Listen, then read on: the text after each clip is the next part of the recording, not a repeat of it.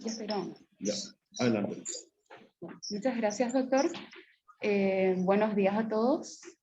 En primer lugar, me gustaría presentarme también, a pesar de que el doctor ya me presentó. Soy Tania Alfonso, bioquímica del Departamento de Virología. Y les voy a estar compartiendo un poco de lo que aprendí en este workshop de bioinformática que se llevó a cabo en Belo Horizonte, Brasil. El título justamente de la capacitación de este taller fue del Workshop Internacional de Bioinformática en Evolución Viral y Epidemiología Molecular, que es el BEME, en su edición 2021.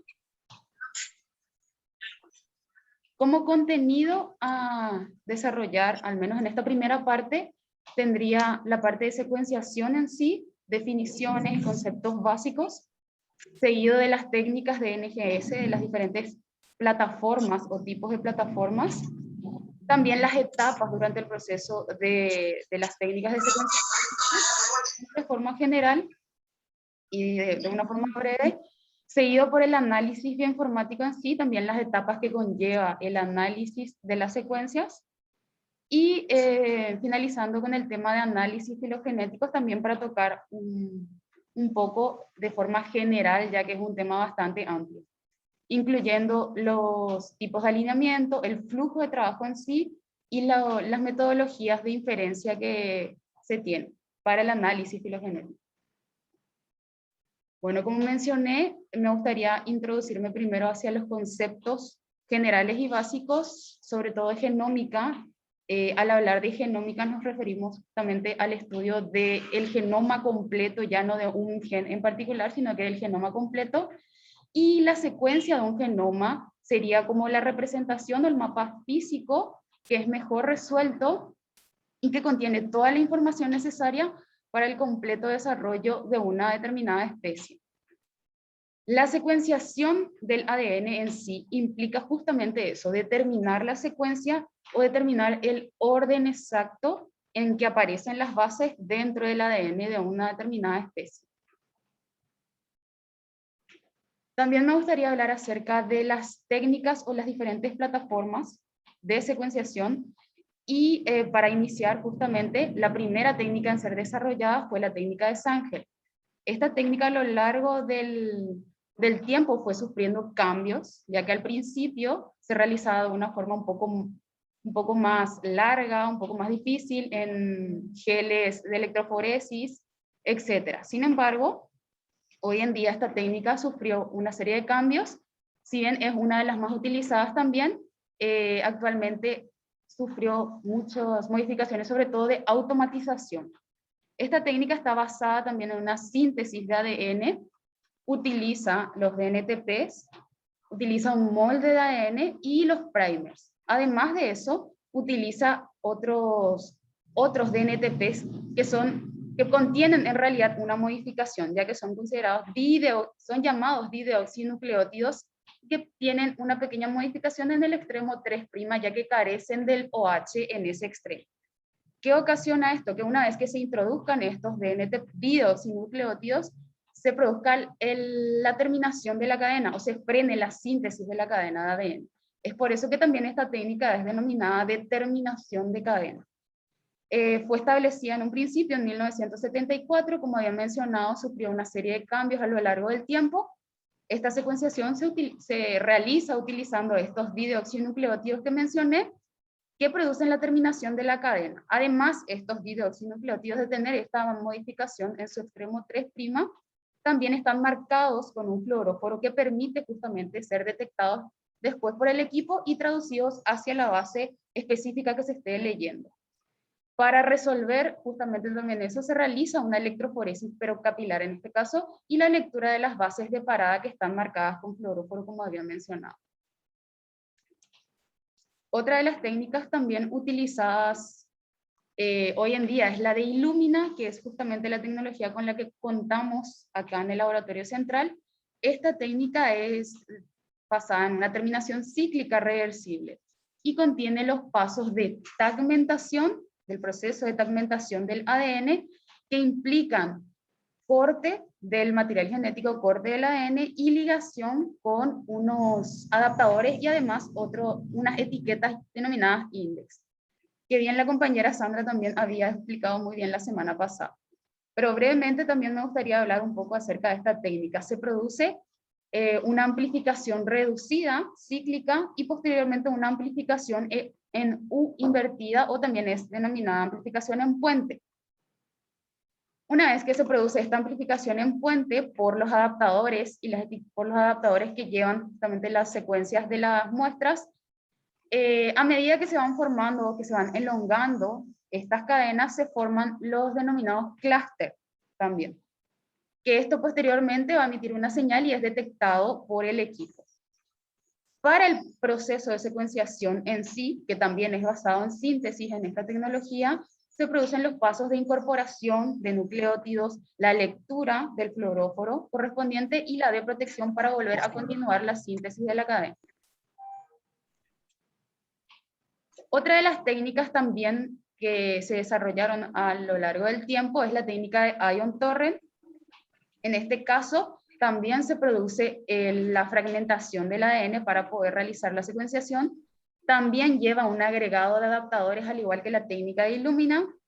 En este caso no utiliza señales ópticas a diferencia del Illumina. Las lecturas más bien se dan por señales eléctricas, ya que en la secuenciación, a medida que se van incorporando los DNTPs, esa reacción genera iones hidrógeno, y la liberación de los iones hidrógeno al medio produce un cambio de voltaje, un cambio de pH en el medio, y eso es detectado por el equipo y traducido en picos dependiendo del nucleótido que va siendo leído. También es una secuenciación por síntesis, justamente como estoy mencionando. Siguiendo con otra de las técnicas, también una de las más utilizadas hoy en día es la técnica de Oxford Nano o de nanoporos. En este caso se produce la secuenciación de una sola hebra del ADN y se basa justamente en que una de las hebras del ADN va pasando a través de un poro de proteína que es formado en la membrana y a través del cual pasa una corriente eléctrica. Las bases que componen el ADN van pasando a través del poro e interrumpen esta corriente eléctrica, y eso es detectado por el equipo y traducido según el nucleótido que va siendo leído. De esta forma, entonces puede ser leída toda la secuencia de nucleótidos de una de las hebras del ADN. En este caso, esta tecnología, a diferencia de las mencionadas anteriormente, no necesita adaptadores y la lectura se da en segmentos mucho más grandes o mucho más largos. Este esquema justamente es el que se sigue para las tecnologías, para la tecnología sobre todo de Illumina en la secuenciación. El flujo de trabajo a seguir partiendo desde la extracción del material genético, que en nuestro caso, al trabajar con COVID-19, lo que extraemos es el material genético de ARN. Posterior a eso, justamente necesitamos una etapa previa de retrotranscripción, y posterior a eso se da la amplificación por pools, como había mencionado ya la compañera Sandra. Posterior a eso se da la fragmentación del material genético en tamaños determinados según la técnica a utilizar y según la metodología a seguir. Luego de eso se procede a la construcción de la librería, en donde se agregan adaptadores que había mencionado que son necesarios justamente para el proceso de secuenciación en sí, y también el agregado de unos códigos de barras o también denominados index, que van a ser diferentes y únicos para cada muestra que se va a secuenciar. Luego de este paso ya se produce la secuenciación en sí en el equipo y finalmente el análisis de los datos obtenidos. En este caso sería el flujo de trabajo a seguir para el protocolo del Illumina. Ahora bien, con respecto a los datos, justamente, ¿qué es lo que nos devuelve el secuenciador una vez que finaliza la corrida? Millones de secuencias o lecturas que son también denominados reads. Estos reads tienen un largo que varía dependiendo de la tecnología utilizada. Es así que en la técnica del Illumina se producen lecturas o fragmentos de 150 a 300 bases. En el caso del Ion Torrent se producen lecturas o reads de hasta 400 bases. Y en el caso de la técnica del Oxford Nanopore, se producen ya reads mucho más grandes, de hasta 100.000 bases inclusive. En la siguiente figura, justamente sería un resumen del análisis de los datos una vez obtenido del equipo, que es lo que se realiza. A partir de los datos crudos que se obtienen del secuenciador en un formato denominado FASTQ, lo primero que se realiza es el control de calidad de las lecturas obtenidas, cuáles son realmente válidas, cuáles representan realmente el genoma, si posee o no adaptadores. Posterior a esta etapa de control de calidad, se da una etapa de limpieza o trimeado también, en donde se eliminan los extremos o la secuencia de los adaptadores que posteriormente van a interferir en el análisis de las secuencias. Luego de esta etapa se da el proceso de ensamblado del genoma, o ensamblado de las secuencias o de las lecturas que fueron obtenidas, que también existen varios tipos de metodologías de ensamblado que se recomiendan justamente para probar y para obtener un mejor resultado en realidad. Y finalmente se da la validación de los resultados de ensamblado. Ahora bien, me gustaría hablar un poquitito mejor de cada una de las etapas en el flujo de trabajo del procesamiento de los datos obtenidos a partir del equipo. Como había mencionado, en primer lugar se da el control de calidad. En este caso trabajamos con un archivo que es denominado los archivos FASTQ, que es el formato en que nos devuelve justamente el equipo, en que nos provee los resultados o los datos crudos. Este formato FASTQ justamente trata de un formato de texto, es un formato de texto que almacena las secuencias de nucleótidos que fue justamente determinada, y además de otros datos como la identificación, posición del marcador, etcétera, también nos da una puntuación de calidad para cada base correspondiente. Otro esquema un poco más detallado acerca de lo que contiene el formato FASTQ es el siguiente. Justamente posee un signo o un símbolo característico de este formato FASTQ, que es que comienza con este arroba. Además contiene información del ID de la flow cell utilizada, contiene las coordenadas, la lectura de las bases en sí, y como había mencionado también un dato muy importante que son los puntajes de control de calidad o los scores también determinados. Ahora bien, si el proceso, como bien el proceso de secuenciación en sí, presenta también algunas desventajas, y el equipo también, el equipo de lectura óptica también presenta algunos posibles errores. Justamente el proceso de llamado de bases está sujeto siempre a una incertidumbre inherente. Cuando me refiero al llamado de bases, justamente se refiere al proceso de asignar o determinar la base determinada en el caso de que esté leyendo justamente una posición. Al asignar una base determinada, ese proceso es denominado llamado de bases. Y ese proceso está siempre sujeto a un porcentaje de error.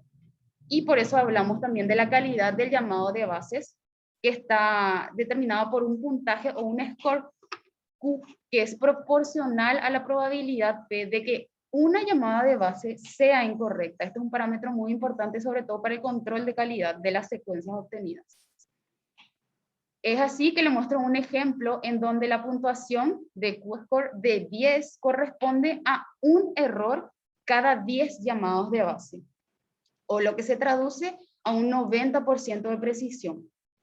En el caso de una puntuación de Q de 20, esto corresponde a un error cada 100 llamados de bases, o lo que se traduce a un 99% de precisión. Es así que a medida que tenemos una puntuación más alta de este score, refleja una mayor confianza en el llamado de las bases o en la información de base proporcionada, justamente o leída por el equipo. Para el proceso de evaluación de calidad de los datos, que es el primer paso que había mencionado, se utiliza normalmente el software de FastQC, en donde te arroja una serie de resultados útiles para medir la calidad de las secuencias obtenidas, que más adelante el compañero Julio también va a hablar detalladamente acerca de este programa, pero me gustaría mostrarles los resultados, los posibles resultados que se obtienen una vez que se introducen los resultados o las secuencias que se obtienen, que se van obteniendo. En el caso de la figura A, tenemos la lectura de una secuencia con buena calidad.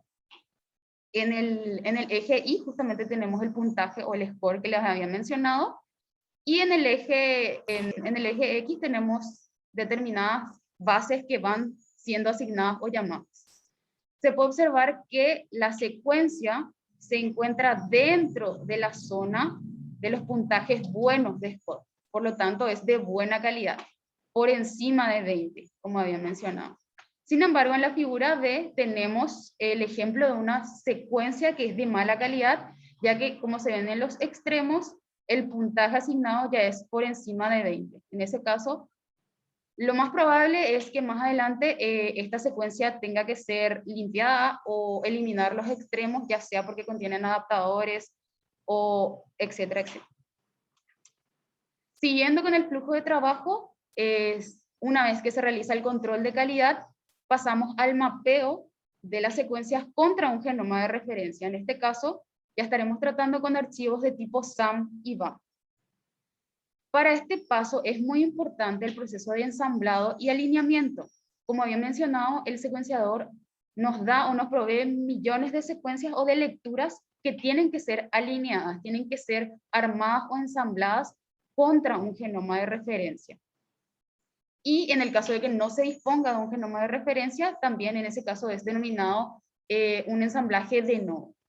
Esta etapa es esencial para el análisis bioinformático y actualmente existen diferentes software para realizar esta tarea con diferentes algoritmos, que lo que realmente se recomienda hoy en día es realizar este ensamblado o este alineamiento con diferentes programas para obtener un mejor resultado. Como había dicho, el ensamblado se puede dar de dos formas. Cuando no se dispone de un genoma de referencia, en este caso sería como una secuenciación de nodo, ya que las lecturas o los fragmentos que vamos obteniendo van ensamblándose entre sí, no teniendo un modelo a seguir. A diferencia del caso en donde sí tenemos un genoma de referencia, en donde se realiza un mapeo o alineamiento contra esta referencia en sí, y también es denominada como el proceso de resecuenciación. Como vemos en la figura, en la parte superior tenemos el genoma de referencia y en la parte inferior tenemos las diferentes lecturas. En este caso 18 reads aproximadamente muestra en realidad esta figura. Otros parámetros a tener en cuenta en esta etapa son los parámetros de profundidad y cobertura. Como había mencionado, cada lectura es un fragmento al azar de la secuencia completa, ya que se van fragmentando por el proceso en sí. Y estas tienen una tasa de error que ronda entre 0,1 a 1% por base leída. Por lo tanto, cada nucleótido se tiene que leer varias veces. Y al hablar de eso, justamente nos referimos al parámetro de profundidad, que es el número promedio de las lecturas que cubren a cada nucleótido, o cuántas veces es leída o secuenciada una base. Otro parámetro es el de la cobertura. En este caso ya se relaciona con la extensión de la secuencia leída en relación a la longitud total del ADN que uno desea secuenciar. Como había mencionado, en esta etapa se tratan con archivos del tipo SAM o BAM. En el caso de los archivos SAM, justamente contienen las secuencias que fueron determinadas por el proceso de secuenciación y que están alineadas contra un genoma de referencia o mapeadas contra un genoma de referencia. Ahora el archivo BAM sería justamente la representación comprimida nada más del archivo SAM, pero también contiene las secuencias alineadas con el genoma de referencia. Siguiendo con el proceso, pasamos luego al llamado de variantes. En este caso ya tratamos con archivos del tipo BCF. Para este proceso es importante determinar entonces qué es una variante o definir qué es una variante. En el caso de que se presente una secuencia o una diferencia en la secuencia obtenida, en las secuencias obtenidas, con respecto a la secuencia o al genoma de referencia, y que esta diferencia, como puede justamente mostrar en la figura superior, se mantenga a lo largo de todas las lecturas. Estos datos obtenidos del llamado de variantes se almacenan en el formato del archivo BCF, y este archivo en sí contiene mucha información como las coordenadas en el cromosoma o el puntaje de calidad, el tipo de variante, entre otros. Se pueden dar diferentes tipos de variantes o se pueden detectar diferentes tipos de variantes que no sean simplemente de variación de nucleótidos, que es realmente la más común, la variación de un solo nucleótido, pero también se pueden dar inserciones de lesiones normalmente pequeñas, pero se pueden dar, o variaciones estructurales, en donde ya incluyen grandes inserciones o deleciones e incluso traslocaciones. También se pueden dar variaciones en el número de copias de las secuencias obtenidas. Siguiendo con el proceso con el procesamiento de datos, pasamos ahora a la etapa de anotación de las variantes. En esta etapa, realmente lo que se busca es localizar o determinar el gen justamente con el que estamos tratando, y además asignarle una función, localización, y asignarle una función biológica. A ese proceso de anotación de variantes justamente incluye esto. Finalmente, la última etapa sería la del ensamblado del genoma consenso para esta primera etapa, en realidad. Para esta etapa, el ensamblado del genoma consenso, y ya en esta etapa tratamos con los archivos del tipo FASTA. El archivo FASTA es un formato de texto también que almacena las secuencias que fueron determinadas, sean nucleótidos o aminoácidos, y posee también unas características distintivas, al igual que el formato FASTQ, que es el que nos arroja el equipo. En este caso, el formato FASTA comienza con otro signo, que es el de superior a diferencia del otro formato. Pero además contiene también la identificación y el puntaje, etcétera, etcétera. Ahora bien, una vez que se tiene el genoma de consenso, una vez armado, podemos pasar a los diferentes análisis que se pueden realizar de las secuencias obtenidas. Uno de los más comunes también es los análisis filogenéticos. En este tipo de análisis, lo que se realiza es la estimación de la historia del conjunto de datos o de las secuencias que fueron determinadas en función de una supuesta relación de ascendencia. Esta reconstrucción filogenética justamente se da a través de un árbol, que es una estimación de realmente cómo se fueron evolucionando estas secuencias a lo largo del tiempo y cómo están relacionadas también entre sí. Para esta etapa es importante identificar las características similares, definir la relación histórica y evolutiva en base a estas características. Es también importante resaltar que es imposible reconstruir toda la historia evolutiva de una determinada especie. Eso es muy, muy complicado y difícil. Para estos análisis es importante, muy, muy importante, esta herramienta de BLAST, que sería la comparación de una secuencia desconocida o de las secuencias obtenidas con otras secuencias que ya fueron depositadas en una base de datos. Esta búsqueda es rápida con respecto a similitudes. No es un algoritmo perfecto, por lo tanto puede tener errores, no es 100% segura el resultado que te arroja. Y una coincidencia corta de 100% podría ampliar el proceso de alineación. Ahora bien, el proceso de alineamiento pueden ser de dos tipos, que son los pareados, que se realiza con dos secuencias, y los múltiples, que pueden ser dos o más secuencias. Ahora, en cada una de ellas también se pueden dividir en local y global. Al referirnos a local, nos referimos justamente al alineamiento de una parte del genoma. Por ejemplo, en el caso del SARS-CoV-2 sería al gen de la spike. Mientras que el alineamiento global ya involucra todo el genoma del SARS-CoV-2 cuando estamos trabajando con él. El proceso en sí, o el flujo de trabajo a seguir para los análisis filogenéticos, incluyen estas etapas en resumen, justamente. Partiendo del trimiado, como había mencionado anteriormente, remover los extremos.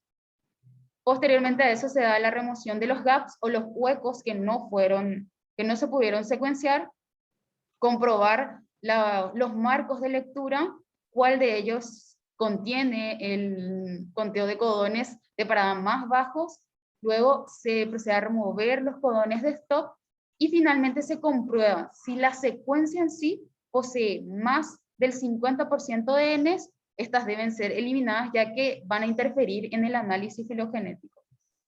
Para posteriormente dar el resultado final, que es la alineación. Una vez que se tienen las secuencias alineadas, se procede a la selección del modelo evolutivo a utilizar, que serían como un conjunto de supuestos sobre el nucleótido, sobre los genes, o proceso de sustitución de los aminoácidos.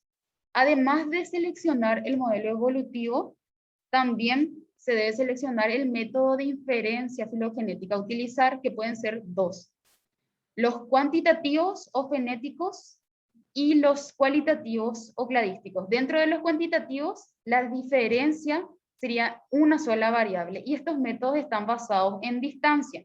Incluyen los métodos de UPGMA y los de Neighbor. En el caso de los métodos cualitativos, que son también denominados cladísticos, estos están basados en caracteres y la diferencia ya sería una serie de variables discontinuas. En este caso se incluyen los métodos de máxima parsimonia, máxima verosimilitud y la inferencia bayesiana. Algunas herramientas que son utilizadas para el análisis filogenéticos, filodinámicos, entre otros, o para hacer inferencias filogenéticas son los siguientes programas como el IQ-Tree, PIC-Tree, el VIS y el MEA. Con todos ellos se puede realizar justamente la reconstrucción filogenética del árbol, la inferencia filogenética, y en el caso del MEA también es posible realizar el alineamiento de esas secuencias. La mayoría de ellas son gratuitas, free, y realmente brindan mucha información, ya que además se pueden modificar los árboles, o sea, se pueden visualizar, hacer más amigable a la vista o agregarle características dependiendo ya del analista para cada uno. Y esta es una situación realmente en la que nos vemos algunos de los que trabajamos con esto. Me pareció muy simpática y muy cierta a la vez. Pero con respecto a eso, me parece muy provechoso este tipo de talleres o este tipo de capacitaciones para el personal, para justamente tratar de resolver todos estos datos que nos proporciona el equipo y poder acomodar y entender el proceso en sí. Y eso es todo. Muchas gracias. A continuación sería...